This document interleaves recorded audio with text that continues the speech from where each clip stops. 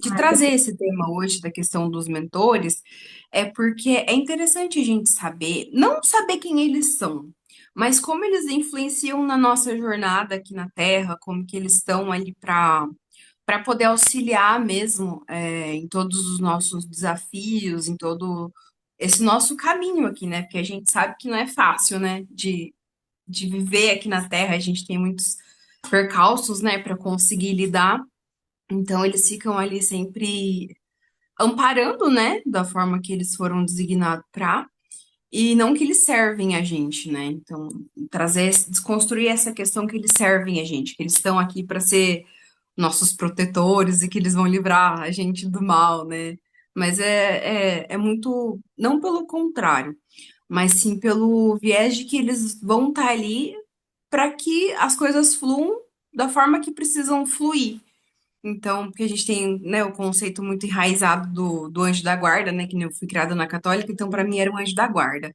Então ele tá ali para ser seu protetor, tá ali para trazer para você essa tudo que você precisar, você pode pedir para ele, e não é bem assim que funciona, né? A gente sabe que eles estão ali para ajudar. É claro que a gente pode sim fazer algumas conexões com eles, mas sempre pensando no bem do todo. Então, muitas vezes a gente vai querer uma coisa que é só do nosso ego, que é só uma vontade, um desejo nosso, mas que se a gente for pedir para eles, eles não vão fazer, entre aspas, né? Porque aquilo não vai contribuir para o todo, né? Então, às vezes acontece alguma coisa que você pediu de diferente na sua vida, e você fala, ah, é porque, né, a espiritualidade não me ouve, a espiritualidade não. Mas ela tá te ouvindo, e ela tá fazendo o melhor pra você e pro todo no geral, né? Porque a missão é sempre a expansão geral e não a expansão única, né?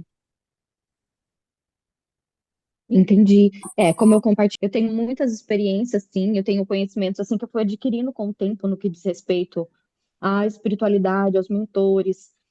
De uma certa forma, eu percebo, assim, na minha própria história de vida que foi, assim, é um processo que veio, sim, também no campo da proteção. Eu percebo, por exemplo, que nem Exu Capa Preta é o meu guardião ali na linha de esquerda, desde muito cedo ele já se apresentou para mim. Então, assim, veio num caminho de proteção, de fato, eu percebo, que só que também de sustentação. Então, assim, foi uma caminhada, assim, uma jornada, até eu entender quem era, né, Exu, como eu estava falando, né, a questão do guardião, né, ele veio sim e se apresentou ali numa linha de guardiões mesmo, que eu percebi que foi uma energia ali que me protegeu muito na minha vida. Houve muita proteção, houve muito livramento, inclusive, na minha vida com essa energia, com esse guardião, com esse protetor. E, e assim, percebendo, né, ampliando o meu campo de visão no que diz respeito aos guardiões na minha vida, eu vejo que vem sim muito para esse lugar de autodesenvolvimento pessoal. Por quê?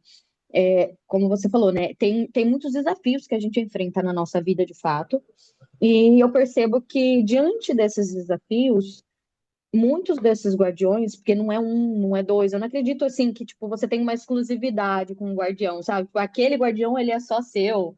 Eu acredito que existe uma egrégora é, que que vem ali, por exemplo, assim, um pouco do que eu estudei, vai, vamos assim. Existe uma egrégora no qual a gente, depois de desencarnado, a gente vai passar também por um processo evolutivo ali do outro lado, né? Além ali, no caminho da espiritualidade, vamos dizer assim. Aí, esses seres que desencarnaram, que estão tá passando por um processo de evolução lá também, eles se comprometem com a gente de nos auxiliar aqui, porque, queira ou não, quando a gente está encarnado, a nossa visão ela fica limitada, a nossa percepção fica limitada por conta da densidade do que a gente está vivendo, por conta das tramas da história que a gente está vivendo, a gente não tem uma visão clara das coisas.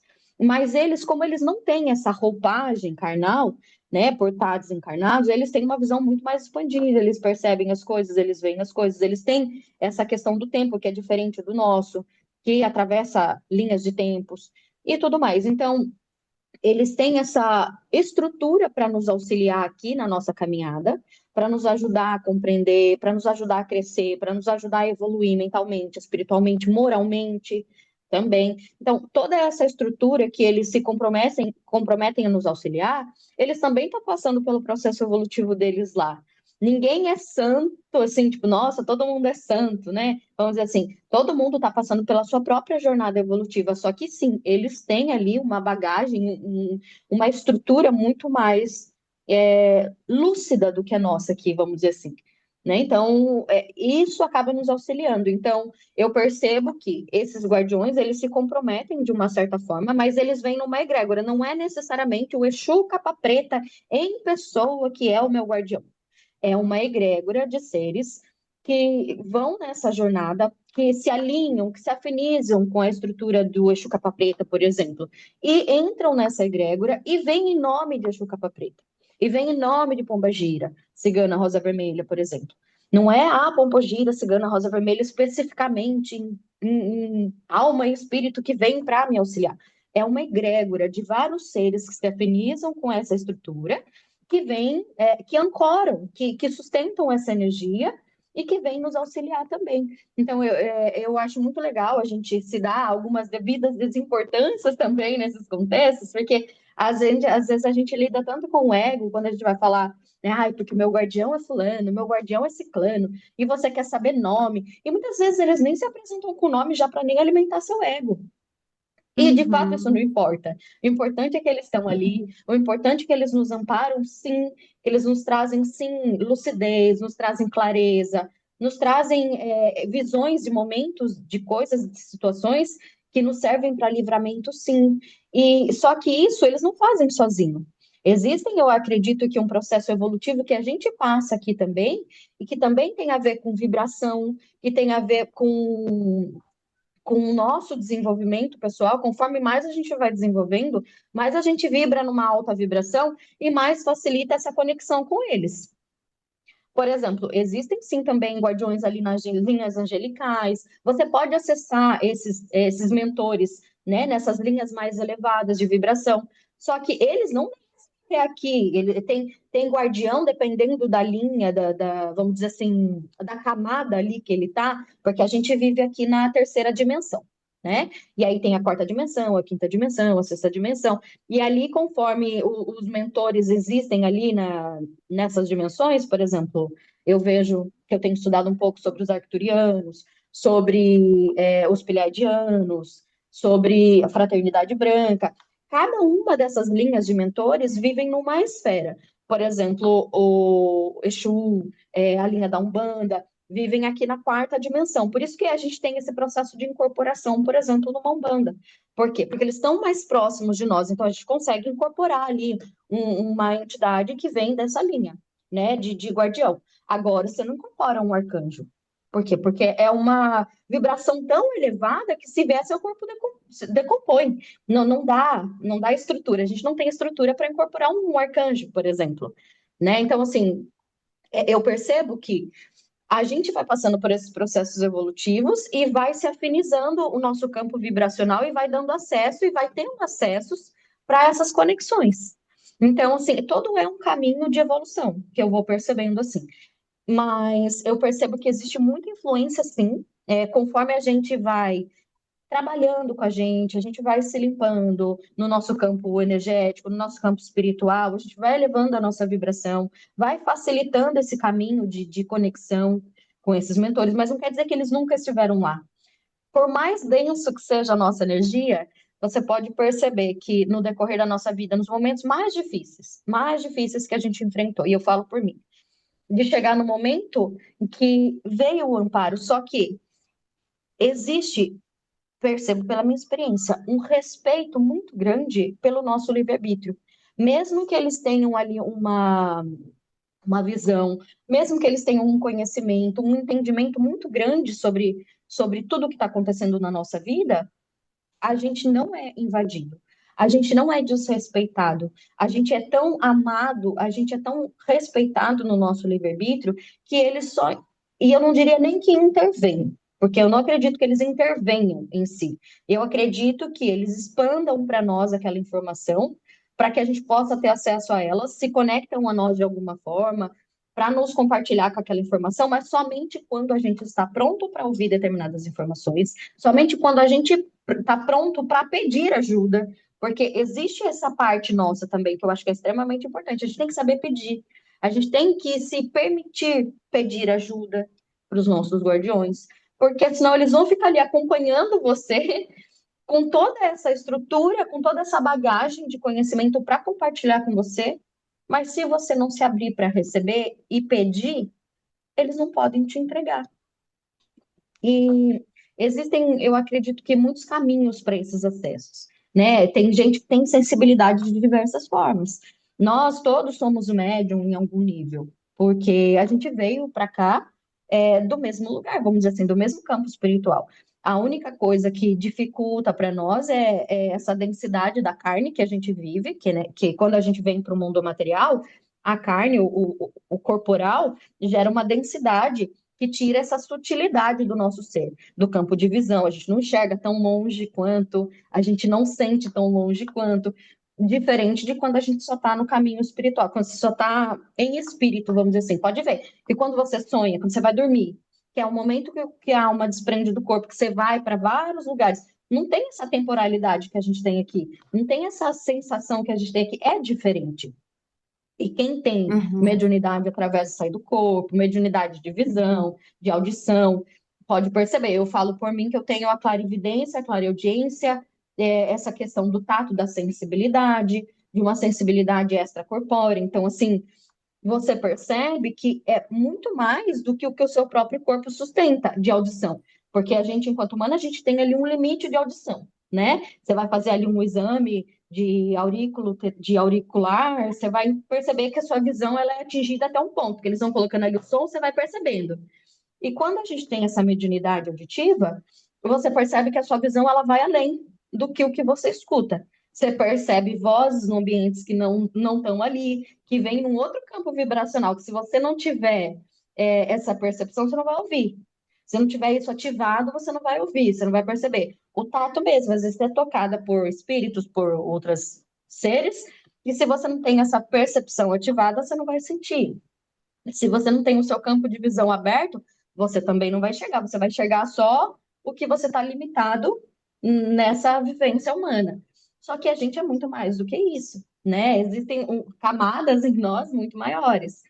E eu fui percebendo que essas conexões, elas acontecem de diversas formas com a gente, nos influenciam de diversas formas. E eu acho que é muito importante também a gente ter entendimento, e por isso que eu acho muito importante estudo. A gente buscar conhecimento, a gente estudar sobre. Eu estudei, assim, no decorrer da minha vida, em alguns lugares. Estudei em Allan Kardec, Mesa Branca, estudei dentro da Umbanda, dentro da igreja também, que cada lugar explica, né, da sua maneira, dá o seu conhecimento de acordo com aquilo que foi ancorado ali para eles de conhecimentos, para que eles pudessem compartilhar. Mas a essência acaba vindo dentro ali de cada estrutura, vindo uma essência, né? E eu vejo que no espiritismo, por exemplo, ali de Allan Kardec, que você faz, por exemplo, uma psicografia, que você faz, a pessoa senta, incorpora e ela escreve, ela fala no lugar, né, do médium, do médium não, o médium acaba sendo um cavalo ali, né, acaba sendo o corpo de estrutura para que aquele espírito se manifeste. E eu percebo do porquê que é importante a gente ter conhecimento e estudo, é porque nem muitas vezes o nosso ego também atrapalha, às vezes a gente acha que a gente está conectando com um guardião, mas não necessariamente. Às vezes você está achando que você está conectando com um ser nossa, super de luz, que está guiando os seus caminhos. Não necessariamente. Se você não tiver discernimento, tiver conhecimento, você não vai conseguir discernir o que é que está te guiando ali. E você acha que é uma coisa boa e às vezes não é. Porque do mesmo jeito que existem sim os seres de luz, também existem seres que não são dos seres de luz, que são seres que estão ali, que estão querendo utilizar suas habilidades, essa sensibilidade que você carrega, para que você também seja um canal para eles aqui no planeta Terra. E eu percebo isso. Quando a gente tem ali excessos de pensamentos autodestrutivos, quando a gente tem pensamentos e sentimentos corporais que não te deixam bem, vamos dizer assim, hoje eu consigo entender o que está chegando perto de mim, no meu campo, para eu ver se eu vou dar vazão para aquilo ou não, para eu ver se eu vou dar espaço para que aquilo se manifeste ou não. Ou eu preciso ancorar o meu campo de proteção para que seja direcionado, seja guiado. E eu percebo que precisa a gente ter, sim, conhecimento, ter feeling para a gente poder separar. Só que isso é uma caminhada que a gente vai estudando, que a gente vai buscando conhecimento e também autoconhecimento. Não existe uma coisa sem a outra. Também precisa de autoconhecimento, porque aí você vai se conhecer, você vai perceber quais são as portas e brechas que a gente abre no nosso campo para que a gente dê acesso para energias de baixa vibração. E quais são as portas em nós que a gente abre, que a gente dá acesso para energias de alta vibração. Eu percebo que isso são informações extremamente importantes quando a gente vai falar, né, desse caminho de espiritualidade, porque a gente acha que, porque agora eu conecto com um guardião, eu conecto com um protetor, nada de ruim vai me acontecer. Nada de ruim mais acontece na minha vida. Não funciona assim. É discernimento, a gente precisa ter discernimento. E não é também porque aconteceu alguma coisa que for ruim para você que é eles que permitiram. Existe duas questões assim que eu percebo. A gente vive num mundo carnal, a gente vive num mundo de livre-arbítrio, onde todo mundo faz, cada um faz as suas escolhas. Então, por exemplo, se um outro humano escolheu fazer algo que é mal para mim, nada a espiritualidade tem a ver com isso. A espiritualidade, ela vai respeitar também o livre-arbítrio dessa outra pessoa. Só que essa pessoa vai fazer mal, ela está plantando, ela vai colher. Ponto final. Mas não é sobre eu olhar para a espiritualidade e falar, pô, você não me protegeu? Pô, você não cuidou de mim? Não. Eu passei pelo que passei, portanto, essa experiência é minha e eu tenho que fazer o meu trabalho interno de me curar, de me proteger de mim mesma, né, dos meus pensamentos, das minhas emoções, curar essa estrutura em mim, porque isso tudo é o que contribui para as portas que a gente vai abrir na nossa vida, no campo vibracional. Os nossos pensamentos, as nossas emoções são essas estruturas que alinhadas abrem portais. O que eu penso e o que eu sinto me coloca num portal vibracional. Então, se eu tenho pensamentos autodestrutivos, sentimentos autodestrutivos, eu estou abrindo portais.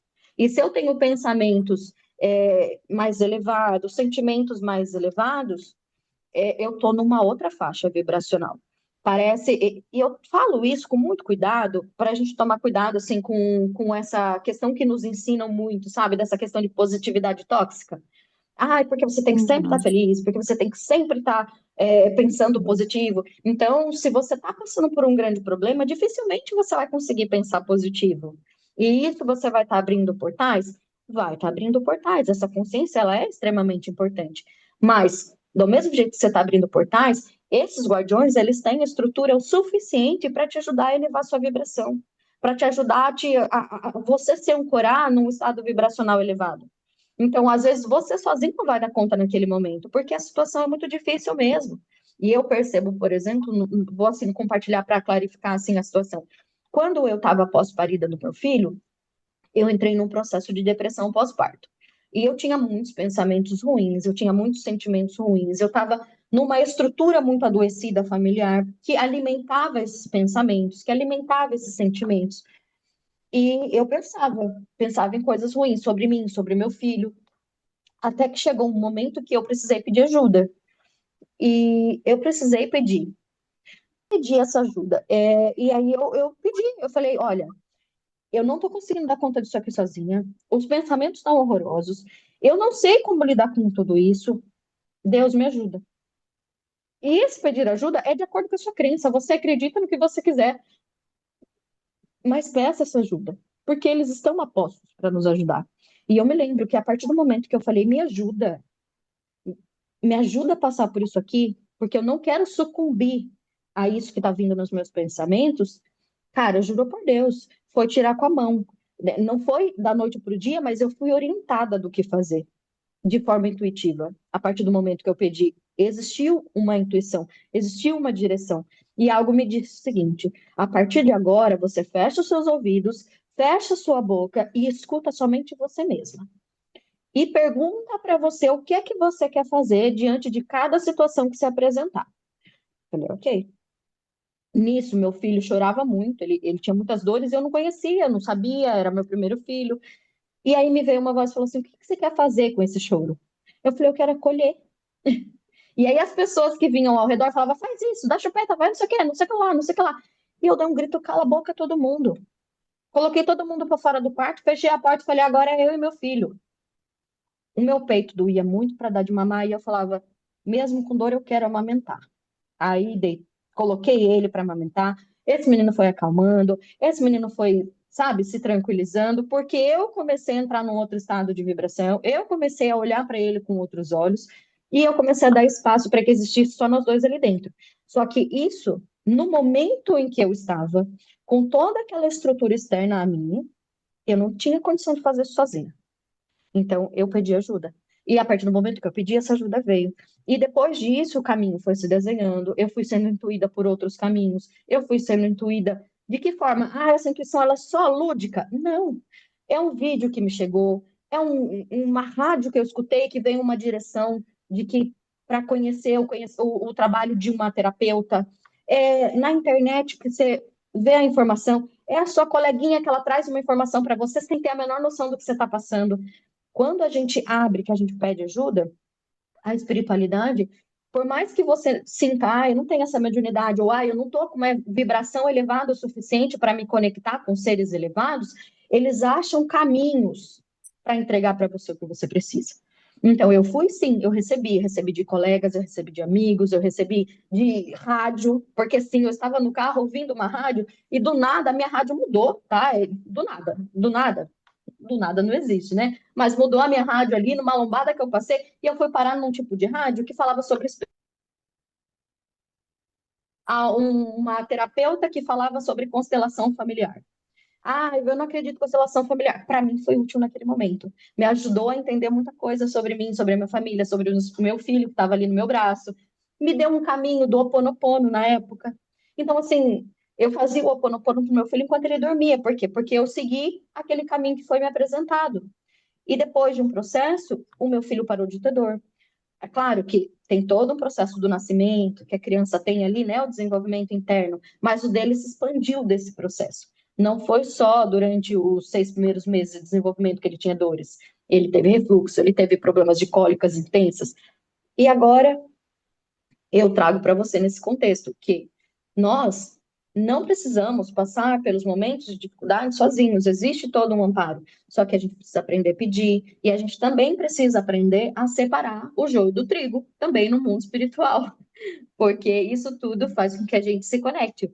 E na época eu estava me conectando também com outros tipos de seres que me falavam, que me davam, não é que a culpa é deles. Ah, então se você, né, fizer uma coisa ruim, a culpa é deles. Não, eles sugestionam. Assim como a espiritualidade de alto escalão também sugestiona. Você escolhe o que você vai seguir. E conforme a estrutura que você tá, mais fácil de você sucumbir para um lado ou para o outro. Então, nós somos coautores e responsáveis pelas nossas escolhas, porque nos é dado o livre-arbítrio, percebe? E a diferença, né, dos amparadores para os obsessores é que o amparador ele respeita o seu livre-arbítrio, né? O obsessor não, ele só precisa continuar existindo, então ele vai buscar maneiras ali de te afetar, independente de você querer ou não. Então é muito interessante você trazer essa questão da ajuda, porque o obsessor ele vai vir sempre para te manipular e para continuar existindo. Então ele vai te jogar pensamentos ruins porque ele tá ali, ele precisa que você sucumba àquilo para ele roubar o seu magnetismo. E os amparadores, eles sugestionam, mas vai de você ouvir, estar presente para aquilo ou não. Então, muitas vezes, né, que nem você citou nos momentos ruins, a gente pode pedir ajuda e a ajuda não vai vir da forma que a gente acha que ela vai vir. Às vezes é só literalmente um acalento. Então, às vezes, por exemplo, estou passando por uma situação muito ruim, estou pedindo ajuda dos meus amparadores e não está acontecendo nada. Mas, se você parar para pensar, para sentir também, às vezes é só uma sensação diferente que você sente, é só, às vezes, um pouco de pensamento que para. Então, a questão da presença também nessa questão de conexão com os amparadores também é muito importante, porque quanto mais você está presente, mais você consegue observar como que é a manifestação deles na sua vida. E uma outra coisa também muito interessante que você trouxe é a questão do ego. De, ai, quem é meu amparador? O que que ele faz? É Exu, é Pombagira, é Caboclo, é ser de luz, é ser das trevas, quem que é? Não importa quem que é. Importa que ele tá ali para você e que ele veio para te auxiliar nessa missão. E assim, dentro das bases que eu estudo, traz muito a questão de que eles vêm alinhado com a nossa missão da Terra. Então, por exemplo, vou dar um exemplo bem esdrúxulo assim. A pessoa veio para ser um CEO de uma grande empresa. Ela vai precisar de habilidades, lógico, para isso, mas também vai ter toda uma equipe espiritual trabalhando para que ela consiga efetivamente manifestar essa perdi a palavra.